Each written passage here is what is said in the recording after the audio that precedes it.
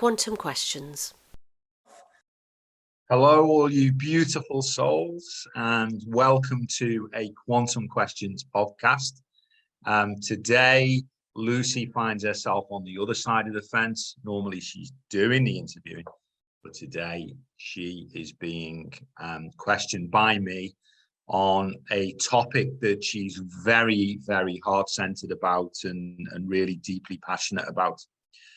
So I'd like to welcome Lucy, who is a beautiful soul following a yogic path. And she's also a co-founder of the Quantum Questions, which some of you will be very familiar with. If you're not, you can head on over to www.thequantumquestions.com and you can find out all about Lucy, the Quantum Questions, and all of the adventures that we've got going on there. So Lucy's a breathworker, practitioner, and also a phenomenal teacher. So I'd just like to start by asking Lucy, where did this passionate relationship with breathwork really all begin? Well, it was a long time ago, Greg. I was in my 20s and I was in Scotland, and somebody offered me a free rebirthing session, which sounded pretty bizarre, but I've always been up for interesting, weird things. So I thought, yeah, sure. I certainly would never have paid for such a thing. And this guy gave me a really extraordinary 2-hour experience where my heart totally opened. I had this huge, overwhelming feelings towards my father that had been quite numb for many years. And I felt filled with this blue light. It was absolutely extraordinary. So that's my first experience. Then So is it fair to say it was love at first breath then? Yeah. And I think many people that become breathwork practitioners, it's because they have these phenomenal experiences, which then they just want to share this with other people. So that was my very first experience, and it's been absolutely extraordinary journey ever since then. And I'm curious, Lucy, because you mentioned that it was a guy doing the breathe. Have you found anything particularly powerful when we get the plus and the minus, the male and the female, or is that the case in breath work, or could it I be? think definitely, yes. I think that a male practitioner can trigger things to do with your father, your brother, your partner, and vice versa. A woman can bring up things, obviously subconsciously often, about your mother, relationships with other women. So I think it is very different, and people can feel safer with one sex than the other. It's different for everybody. And the feeling of safety is really important, particularly in the early stages of going into deep breath work. You want to feel safe. So it's good to choose the gender you feel safer with. But ultimately, it's the human being you feel safer with. So, Sure. And I've noticed the world of the breath seems to be becoming a little bit more confusing, because it used to be everyone talked about breath work. Now it's pranayama. There seem to be rebirthing breaths, fire breaths, king breaths. Could you speak into that a little bit for us? Well, there have been many different forms of breath for thousands of years. In a way, it's the language that different words become more popular. But actually, the science of pranayama is thousands of years old. And within that, there's so many different forms of breath that yogis have been practicing all this time. It's just that we've popularized certain ones, and we've also actually taken it out of context, because originally this pranayama you do within the framework of yoga postures, meditation, It's all part of a package, and we've extracted the breath out of that and in a way gone for the really juicy thing, for good or bad. There's two schools of thought on that. So I don't think any of the breath work that people do now I would call new. It's just the language. Yeah, very interesting. And so you mentioned during your first breathe that you experienced this blue light, and it just makes me interested in, have you experienced change through the breath, transformation through the breath, or even miracles through the breath? Yeah, absolutely, Greg. Yeah, I mean, there's no way I would have been doing this for 3 decades if I hadn't had those experiences. I think probably, well, actually, I've had some extraordinary experiences recently, but one that I had about 20 years ago, which really propelled me along the path, was I did a 1-hour rebirthing breath work a day for 30 days.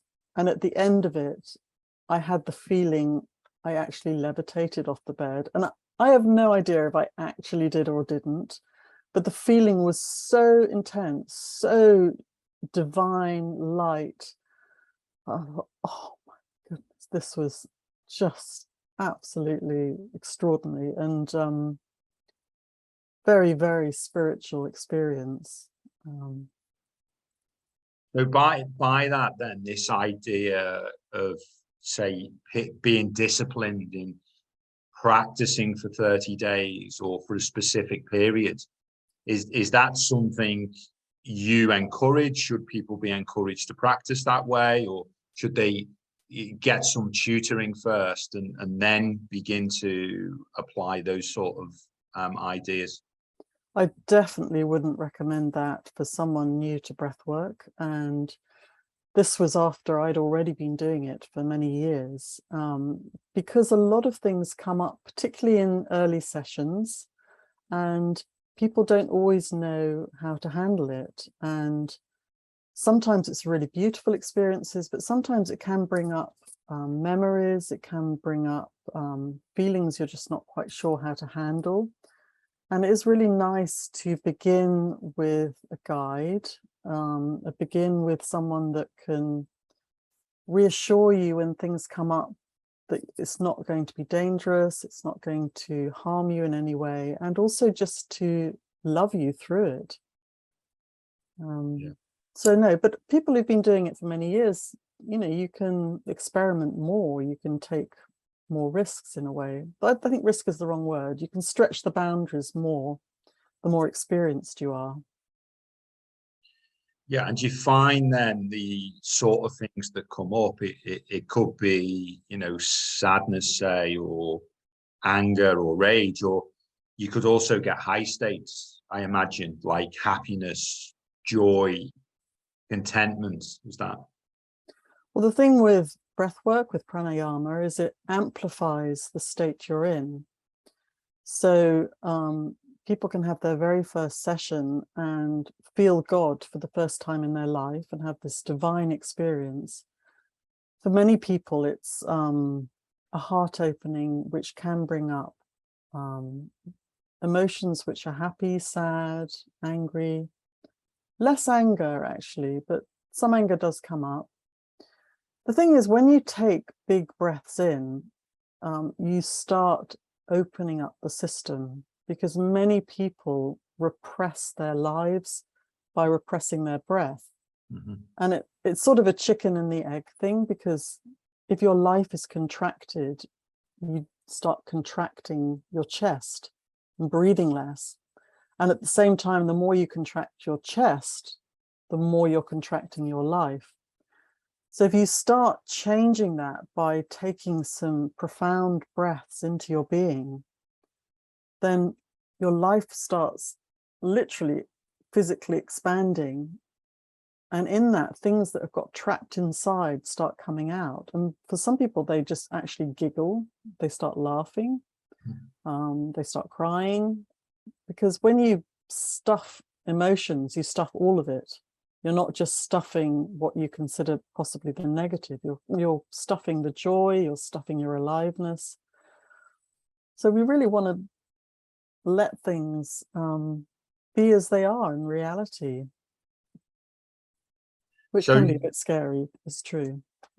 So you'd say it's, I get this sense that it's an evolving practice. So the more that you participate in practice, the more, just to use the word, you're going to ascend, you're going to open your self-awareness.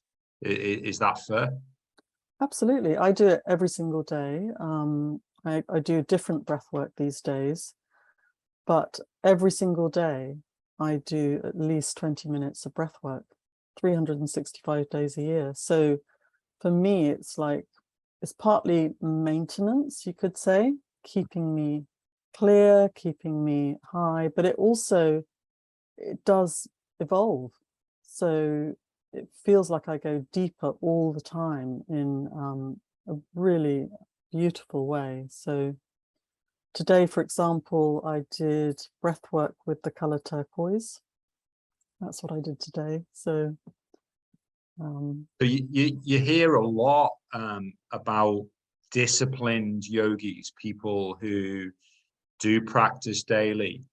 This idea of keeping the level, or just doing the maintenance, or could you tell us a little bit about that? Because it seems to be people's practice is very sporadic, nowadays. You mean about how to do it every day? Is that what you're or asking me? the reason for doing it daily? Because a lot of people, I think, are quite surprised when you say, oh, you practice daily, because a lot of people go on a retreat, or they go on a course for a weekend, and then they do very little or nothing thereafter. Well, this is what our philosophy in the quantum questions is. It's continuous transformation. So every day, ideally, you do something to evolve your soul, something to move forward. And also in the course of a day, we're bombarded with so many things which can actually shrink our soul and bombard our soul. So if you can begin the day in a really high, clear place, you've got much better chance of maintaining that throughout the day. And certainly if I do a really good practice of many things in the morning, it's very hard not to be happy the whole day. And that's a really lovely thing. So Amazing. Yeah. And people talk about, Lucy, this in some methodologies, they talk about finding the boundaries, and then sort of boredom sets in, with breath work. Do you feel that you found the boundaries, or is it an ever constantly evolving practice? It should be an ever constantly evolving practice, because otherwise you reach a plateau and you don't move forwards, which actually I think I had reached a plateau about, it makes me sound so old, about 25 years ago. I had actually been doing the same breath for a long time, just one form of breath work. And then things started really expanding beyond that when I started doing it differently, and also bringing in new breathwork practices.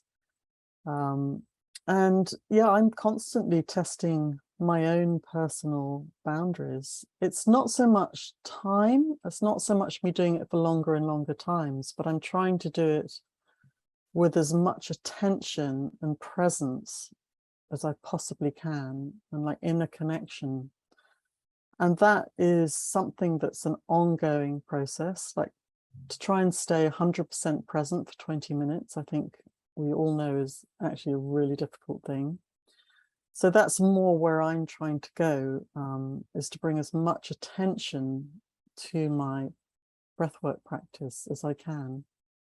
And then you mentioned, Lucy, about today working with the color turquoise. So I take it that means that you can combine different methodologies in order to increase efficiency, or to enhance the beauty of the breath. Could you tell us a little bit about that? Yes, well, I mean, the way that I really work nowadays is really true pranayama, where you are using the prana, which is the life force, with the breath. And with that, you can then start bringing in other elements. For example, if you bring in the pure colors, you can then fill the prana with a color and you start expanding it. So you can actually increase the prana, this life force energy around you through doing breath work. And you can also color it. And when you color it with a very pure resonance of a pure color, then you can start taking on and using the characteristics of that color. And the more you understand what those characteristics are, the more powerful it is. So it's really about learning to have a sort of toolkit for life, where you have certain techniques which can sort out depression, anxiety, sleeplessness, misery. And you think, right, okay, I'm going to do that to help me with that today. Fatigue. Yeah, fabulous. And, you know, we mentioned color there. A lot of people love their music, love sound. I've known the sessions I've attended with you, there may be some supporting tracks. So I take it sessions can be enhanced beautifully with the use of sound. Yeah, and I find sound is particularly useful in group sessions, where you're trying to encourage people to keep to a certain pace. Individual sessions, I tend to just use a short piece of very spiritual music at the end. But in group sessions, I think music is really invaluable because you're obviously not giving people the same individual attention. So it helps to keep them going, keep the dynamism. But it has to be the right kind of music. And you don't want music with associations for people, because if you have too many like popular songs, then you might have someone, oh, this was the day my boyfriend left me or something. So it's good just to have spiritually high music. And I try not to use it with any words that people can understand. So is it a panacea? I mean, is breath work for everybody? Would you say is? Breath work is for everybody, but it does need to be done more carefully for certain people than others. And it's good, therefore, if you're not sure where someone's at, to start gently, to put a kind of framework around it. And obviously, if you have certain health conditions, you have to breathe slightly differently. But it's absolutely for everybody. I mean, no one on this planet would be alive if they weren't breathing. It's true. So whatever your mental or physical condition, you're still breathing. And with every physiological thing, you can improve it. So you mentioned about with yourself, the levitation after 30 days, the blue light in the first session. You know, what sort of changes and transformations have you seen in other people that either you've worked with or you've seen testimonials for? Because I'm sure the audience would like to know more about, you know, well, what can this breath work or pranayama clear? What can it deal with in the spectrum of issues? Do you know what I think is so beautiful with breathwork is that it can connect people to the part of themselves that feels so right, so good, so beautiful. And for some people, they can do this for 20 minutes, for an hour. For others, it's only a minute. But even that minute of like the feeling of absolute grace of life can give you so much optimism, and it's also like a memory of how you know you should be. So I feel that that is so beautiful, and often that can come right at the end of breathwork session, when you put the hard work in, and it's that moment of peace, and many people just feel whole, and obviously they go back to their lives. That doesn't necessarily last, but that memory feeds you and feeds your aspiration for life, and also connects you to your soul. So I don't know if that answers your question, but that's I think is absolutely crucial and so joyful for me as a practitioner to see that again and again and again. Sounds amazing. And on a more basic level, then, do you get people who say breakthrough anxiety or, breakthrough worry?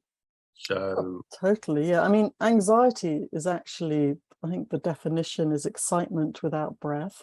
That's the psychological definition.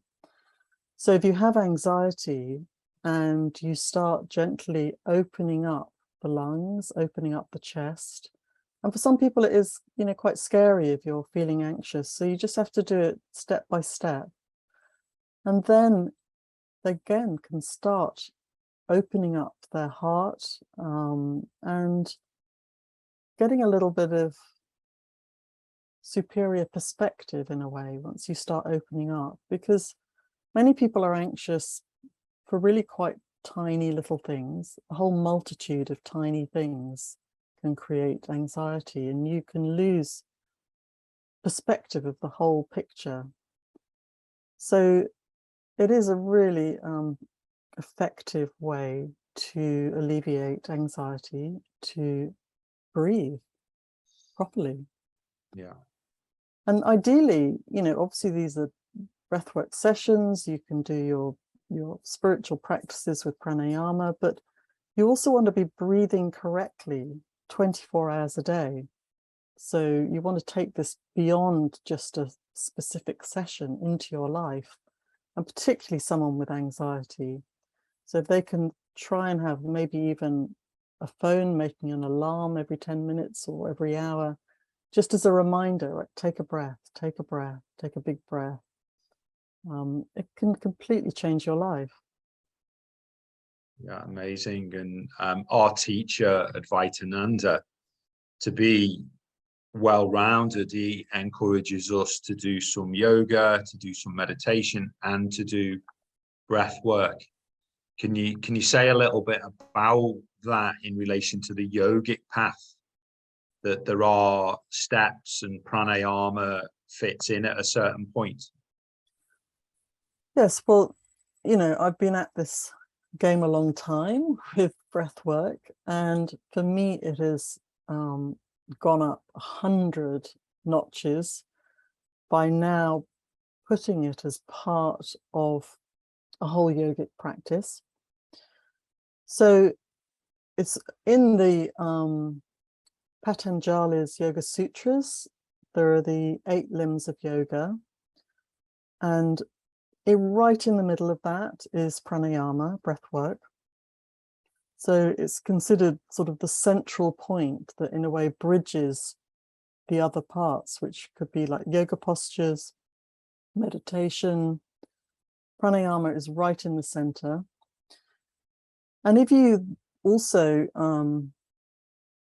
create a scaffold around this pranayama, so you do some yoga postures and you do some relaxation at the end, then you go far, far deeper, because you're doing some physical purifications, you're doing some energetic purifications.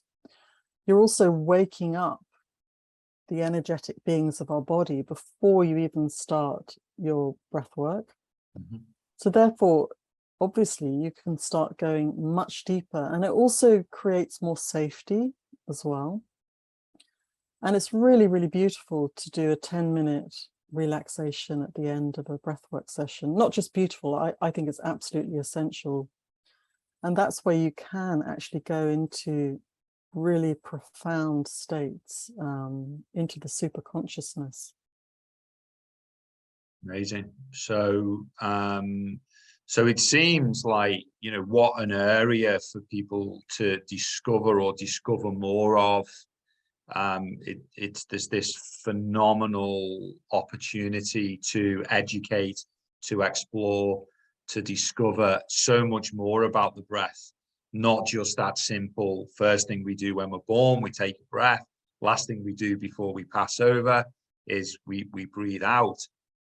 But how do people who've been breathing for a while, been on the planet for a while, how do they get started in diving into this and in finding the education and understanding more about the breath?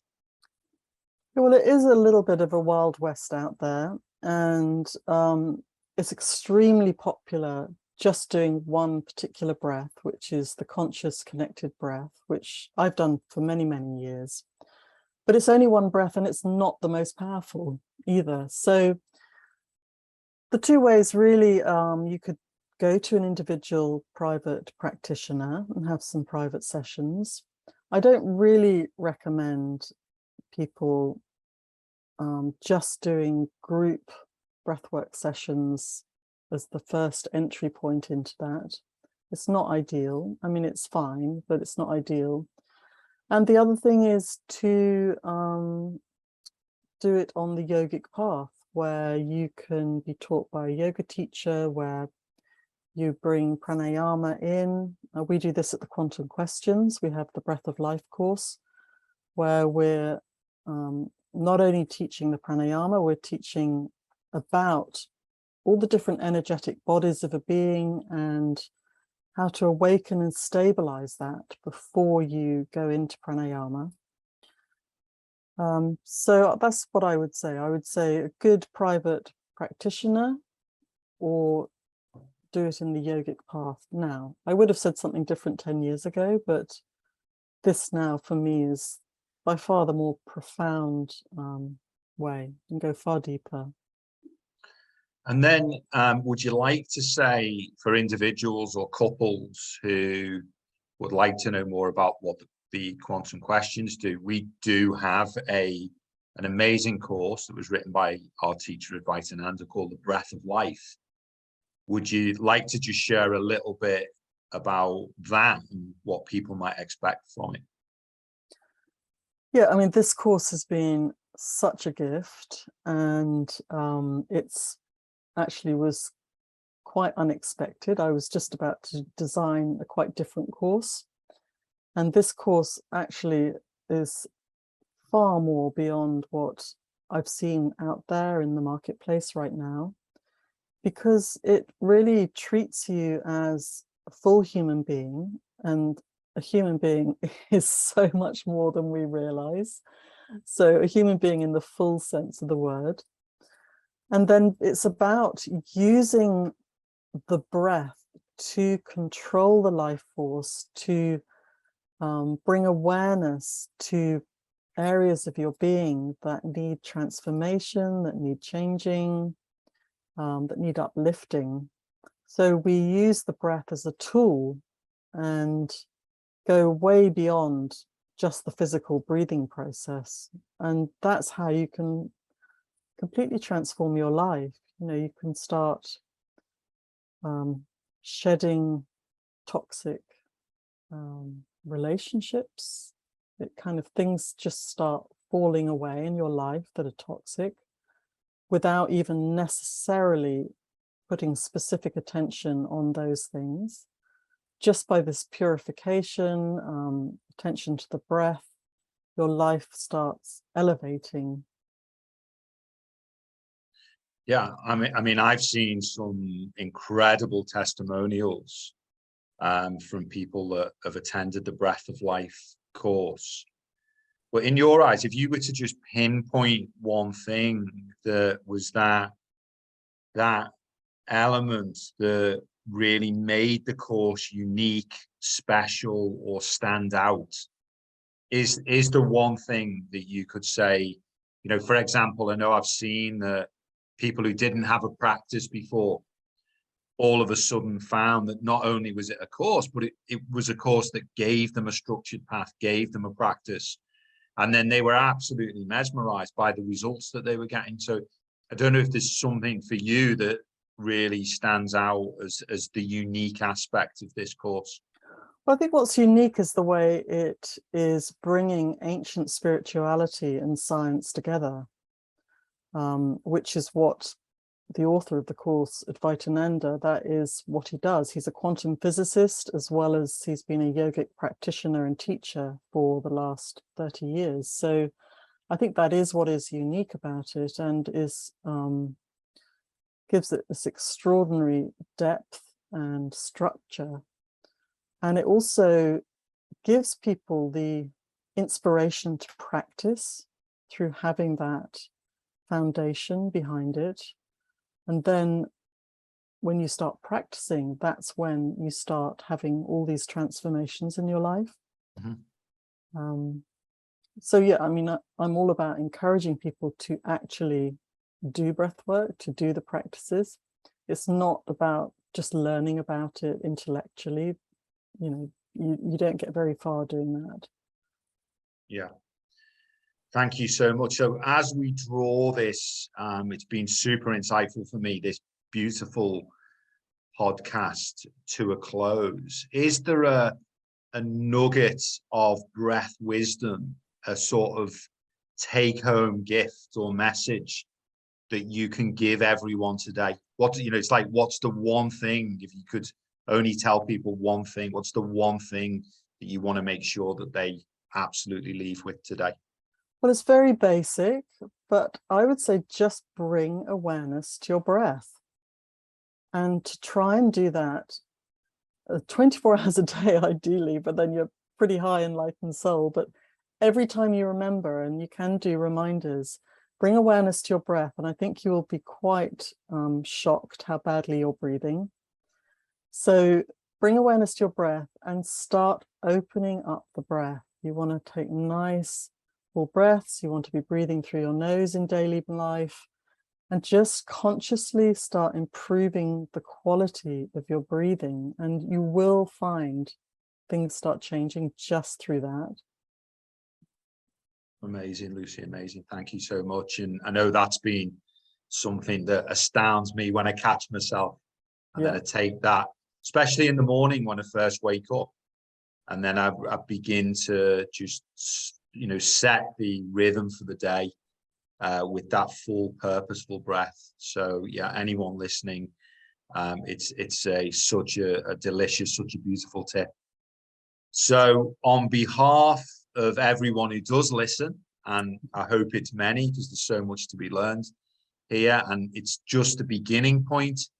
On behalf of everyone, I want to thank Lucy for having shared with us what, as everyone I'm sure can tell, is a real passion for Lucy. And thank you, Lucy, on behalf of the Quantum Questions team, for having shared so openly, so beautifully, and so courageously. I hope to be interviewing you again.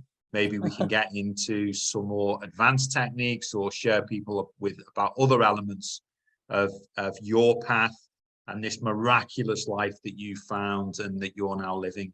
So wherever you are in the world, I hope you've thoroughly enjoyed it. And we at the Quantum Questions look forward to connecting with you again soon, either on a Monday night. Join us for Monday meditation. You can join us for Monday relaxation. You can get on board any one or all of our podcasts, or do come and participate in one of our paid courses, where, like other past participants, you'll be surprised and delighted by the information, the knowledge, and the wisdom that you receive, that you can, through the Quantum Questions, apply practically to your daily lives. Thanks for listening. Thank you, Greg. It's been a pleasure. Thank you. If you want to know more about the Quantum Questions, please go to www.thequantumquestions.com.